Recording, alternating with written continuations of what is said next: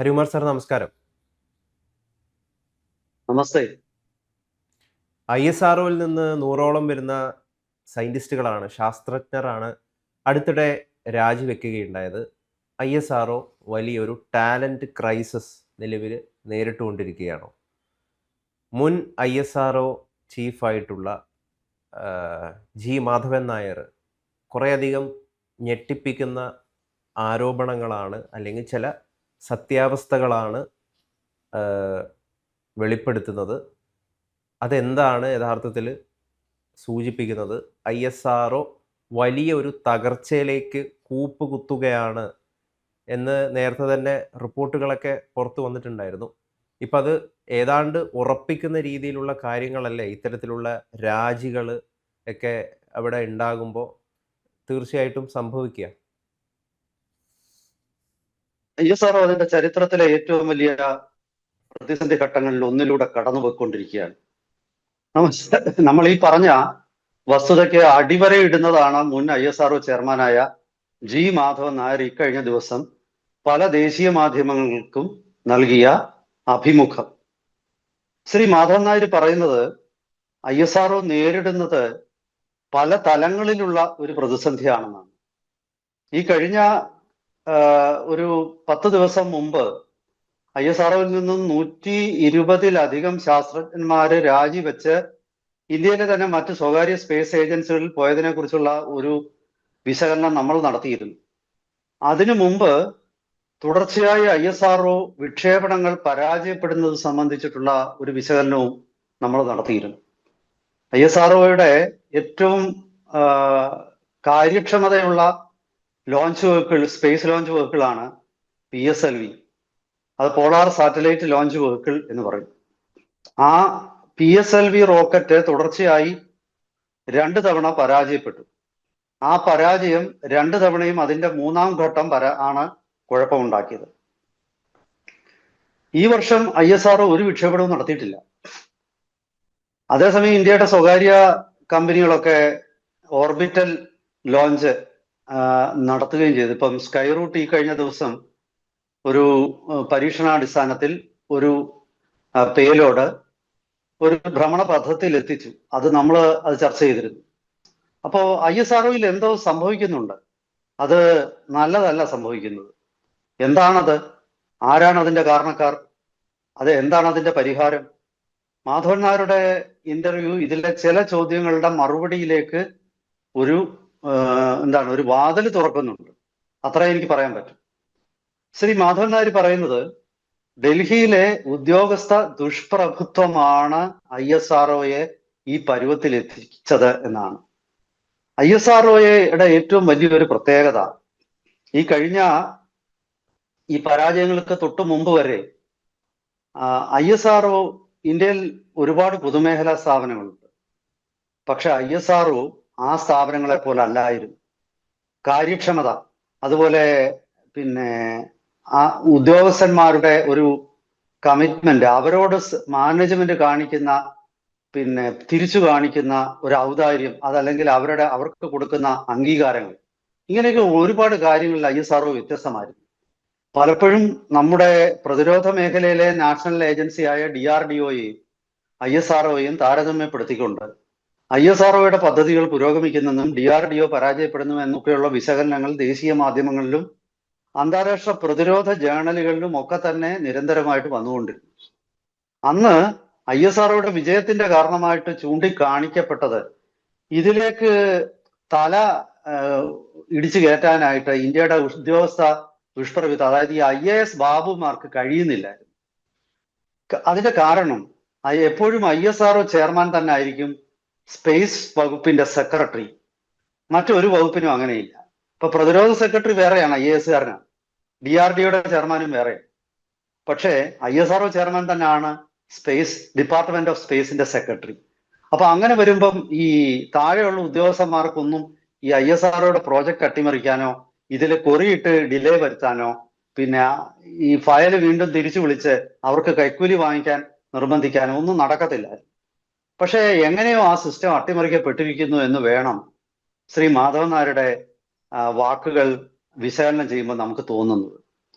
മാധവൻ നായർ ഒരുപാട് കാര്യങ്ങൾ അദ്ദേഹം പറയുന്നുണ്ട്. അതായത് മറ്റ് സർക്കാർ സ്ഥാപനങ്ങളിൽ നിന്ന് വ്യത്യസ്തമായിട്ട് ISROയിൽ പെർഫോമൻസ് ബേസ്ഡ് ഇൻസെന്റീവ്സും പ്രൊമോഷനും ഉണ്ടാകും. അതായത് വെറും സീനിയോറിറ്റി അല്ല. ഞാൻ ഈ കസേര 10 കൊല്ലം ഇരുന്നു. ഇപ്പൊ നമ്മുടെ നാട്ടിലെ ആൾക്കാരുടെ ഒരു ചൊല്ലുണ്ട്, ഞാൻ ഒരു 10 ഓണം നിന്നേക്കാൾ കൂടുതൽ ഉണ്ടതാ, എന്റെ അടുക്ക കളിക്കാൻ വരണ്ട. അതായത് എനിക്ക് വയസ്സ് കൂടുതലുള്ളതുകൊണ്ട് സ്വാഭാവികമായിട്ടും ഈ പ്രായമാണ് എല്ലാത്തിനെയും കഴിവിന്റെ ഒക്കെ മാനദണ്ഡം എന്നുള്ളതാണ് സർക്കാർ സർവീസിലെ ഒരു ഒരു ഒരു ഒരു ചട്ടം. ആ ചട്ടമൊന്നും ISROയിലില്ല. നിങ്ങൾ ചിലപ്പം 35 വയസ്സേ ഉള്ളെങ്കിലും ചിലപ്പോൾ 50 വയസ്സുകാരന്റെ മുകളിലായിരിക്കും നിങ്ങളുടെ അറിവും നിങ്ങളുടെ പിന്നെ പ്രോജക്റ്റുകൾ പൂർത്തിയാക്കാനുള്ള കഴിവ്, അങ്ങനെയൊക്കെ ഒരുപാട് ഘടകങ്ങൾ എടുത്തിട്ടായിരുന്നു ISRO. അതായത് വിദേശ രാജ്യങ്ങളെ അക്കാര്യത്തിലൊക്കെ ISRO പിന്തുടർന്നിരുന്നു. ഇനി മറ്റൊരു കാര്യം, ISROയിൽ 60 വയസ്സ് കഴിഞ്ഞാലും പ്രമുഖ ശാസ്ത്രജ്ഞന്മാർ റിട്ടയർ ആവില്ല. വിദേശ രാജ്യങ്ങളിൽ ഒരു സിസ്റ്റം ഉണ്ട്. അവിടെ സ്റ്റാൻഫോർഡിലോ അതല്ലെങ്കിൽ ബെർക്കലിയിലോ അല്ലെങ്കിൽ മറ്റേതെങ്കിലും ഹാർവർഡിലോ MITയിലോ ഒക്കെ ചിലപ്പോൾ 80 വയസ്സായ ആളും പ്രൊഫസറായിട്ടുണ്ടായിരിക്കും. കാരണം അദ്ദേഹത്തിനോളം ജ്ഞാനം, അതുപോലെ അദ്ദേഹത്തിനോളം കമ്മ്യൂണിക്കേറ്റീവ് സ്കില്ല് ഉള്ള ആൾക്കാരെ വേറൊരാള് കാണില്ല. അദ്ദേഹത്തിന് റിട്ടയർ ആവേണ്ട കാര്യമില്ല. അദ്ദേഹം റിട്ടയർ ആയാൽ അത് ആ സ്ഥാപനത്തിന് നഷ്ടമാണ്.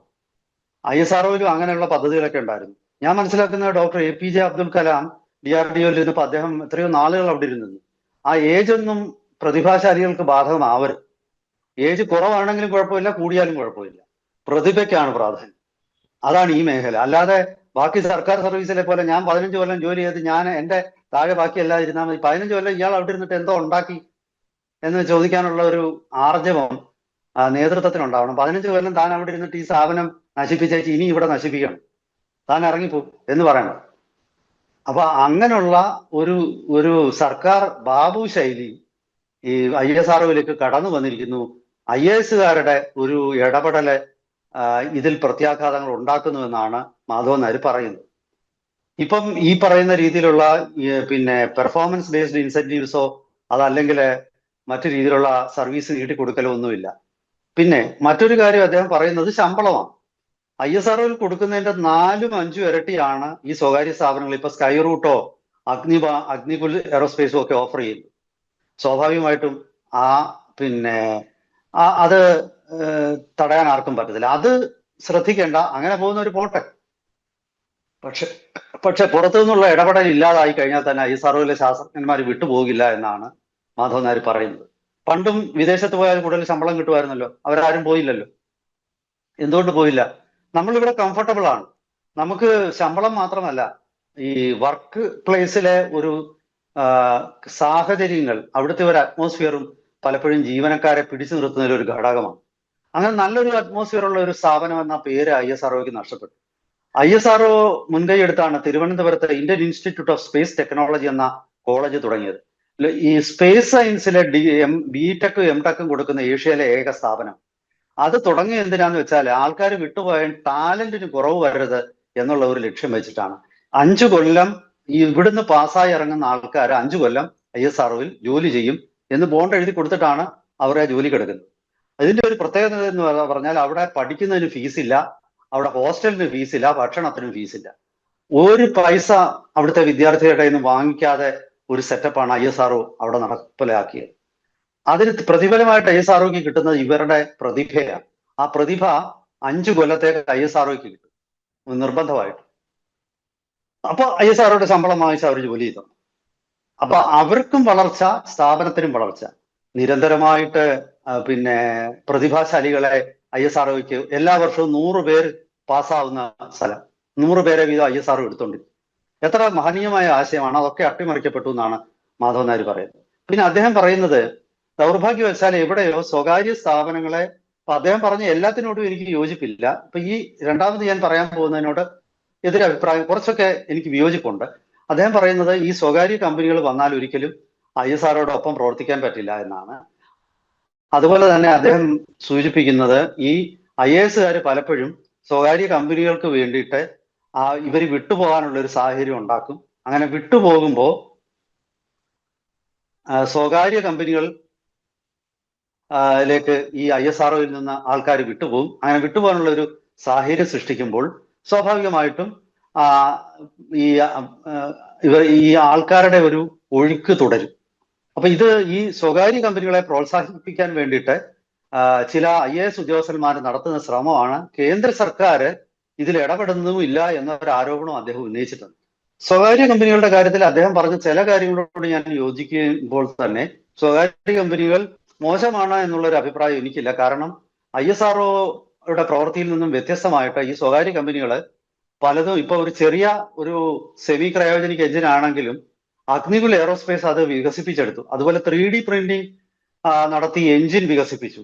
അപ്പൊ ഇതൊക്കെ സ്വകാര്യ മേഖലയുടെ ഒരു എഫിഷ്യൻസിയുടെ ഫലമാണെന്ന് ഞാൻ കരുതുന്നു. അവർക്ക് ISROയിലെ സയന്റിസ്റ്റുകളെ മാത്രമല്ല, ഇന്ത്യക്കാരായിട്ട് വിദേശത്ത് ഇപ്പൊ നാസയിലും അതുപോലെ തന്നെ യൂറോപ്യൻ സ്പേസ് ഏജൻസിയിലും ഒക്കെ ജോലി ചെയ്ത് ഇന്ത്യക്കാർ റിട്ടയർ ചെയ്ത് വരുന്നുണ്ട്. അല്ലെങ്കിൽ അവിടെ ജോലി ചെയ്യുന്നവരെ കൂടുതൽ ശമ്പളം കൊടുത്ത് അവർ ഇന്ത്യയിലേക്ക് കൊണ്ടുവരുന്നുണ്ട്. അപ്പൊ ഇങ്ങനെ ഒരു ടാലന്റ് പൂൾ ക്രിയേറ്റ് ചെയ്യുന്നത് തെറ്റൊന്നുമില്ല. ലോകത്തുള്ള ഇപ്പം അമേരിക്കയിലാണെങ്കിൽ തന്നെ നാസ ഇപ്പോൾ വിക്ഷേപണങ്ങൾ വളരെ കുറച്ച് നടത്താറുണ്ട്. സ്പേസ് എക്സ് ആണ് വിക്ഷേപണങ്ങൾ നടത്തുന്നത്. പക്ഷെ നാസ റിസർച്ച് ആൻഡ് ഡെവലപ്മെന്റിലേക്കാണ് പോയിരിക്കുന്നത്. അപ്പോൾ ഇത് ലോകത്തൊക്കെ നടക്കുന്നുണ്ട്. അതിൽ എനിക്ക് മാധവൻ നായർ പറഞ്ഞതിനോട് എനിക്ക് കുറച്ച് വിയോജിപ്പുണ്ട്. പക്ഷെ എന്നിരുന്നാൽ പോലും അദ്ദേഹം പറഞ്ഞത് വളരെ ഗൗരവമായിട്ട് എടുക്കേണ്ട കാര്യങ്ങളാണ്. ഇത്തരം വിഷയങ്ങളിൽ ഒരു ചർച്ച നടത്തണം. ഇന്ത്യയുടെ അഭിമാന സ്തംഭമാണ്, ഇന്ത്യയുടെ ദേശീയ ബഹിരാകാശ ഏജൻസിയാണ് ISRO. അവിടെ കാര്യങ്ങൾ ശരിയല്ല. അജിത് ദോവാളൊക്കെ വന്നെങ്കിലും അവിടെ ഒന്നും നടക്കുന്നില്ല എന്നുള്ളത് കേന്ദ്ര സർക്കാരിനും ഒരു പേരുദോഷമാകും വരുന്ന ദിവസങ്ങളിൽ. പ്രധാനമന്ത്രി നരേന്ദ്രമോദിയുടെ ഇമേജ് ആകെ ഇടിഞ്ഞു തുടങ്ങിയിരിക്കുകയാണ്. അത് ഈ മേഖലയിലൂടെ ഇടിയരുത്. പണ്ട് നമ്പി നാരായണന് സംഭവിച്ചതുപോലുള്ള അവസ്ഥകൾ ISROയിലെ ശാസ്ത്രജ്ഞന്മാർക്ക് സംഭവിക്കാൻ പാടില്ല. ഇക്കാര്യത്തിലൊക്കെ മുൻകൈ എടുത്ത പ്രധാനമന്ത്രി ശ്രീ നരേന്ദ്രമോദി ഈ വിഷയം ഗൗരവമായിട്ടെടുത്ത് അദ്ദേഹം ഇതിൽ ഇടപെട്ട് ഈ സ്ഥാപനത്തിന്റെ യശസ്സും അതുപോലെ അതിന്റെ മഹത്വവും അത് തിരികെ കൊണ്ടുവരാനും നിലനിർത്താനുമുള്ള കഠിന ശ്രമങ്ങളിലേക്ക് പോകണം എന്നാണ് എനിക്ക് തോന്നുന്നത്. മുൻ ISRO ചെയർമാനായ മലയാളിയായ സോമനാഥ് ഇത് സൂചിപ്പിച്ചിരുന്നു. അദ്ദേഹത്തിന് മുമ്പിരുന്ന ഈ ശിവൻ എന്നൊരു വ്യക്തിയുണ്ട്, ISRO ചെയർമാനായ. ഇദ്ദേഹം അവിടെ ഒരുപാട് അട്ടിമറികൾ നടത്തിയതായിട്ടൊക്കെ ചില ആക്ഷേപങ്ങൾ ഉണ്ടായിരുന്നു. ശിവന്റെ ചില പ്രവൃത്തികളെ സോമനാഥൻ പോലും പരസ്യമായിട്ട് വിമർശിച്ചിരുന്നു. ISROയിൽ നെപ്പോട്ടിസം, അതായത് സ്വന്തക്കാരെ തിരികെ കയറ്റുക അല്ലെങ്കിൽ പ്രാദേശികവാദം, ഇതൊന്നും ISROയ്ക്ക് ഭൂഷണമല്ല. വരും ദിവസങ്ങളിൽ ഈ വിഷയങ്ങളിൽ കൂടുതൽ ചർച്ചകളും തെറ്റ് സംഭവിച്ചിട്ടുണ്ടെങ്കിൽ തിരുത്തലുകളും ആത്മപരിശോധനയും നടത്തണമെന്നാണ് എൻ്റെ അഭിപ്രായം. എന്തായാലും ശരി, ഈ വിഷയത്തിൽ ഒരു ഇടപെടൽ ഉണ്ടാകുമെന്ന് തന്നെ നമ്മൾ പ്രതീക്ഷിക്കുന്നു. കൂടുതൽ വിശദാംശങ്ങളുമായിട്ട് വീണ്ടും കാണാം. എല്ലാവർക്കും നമസ്കാരം.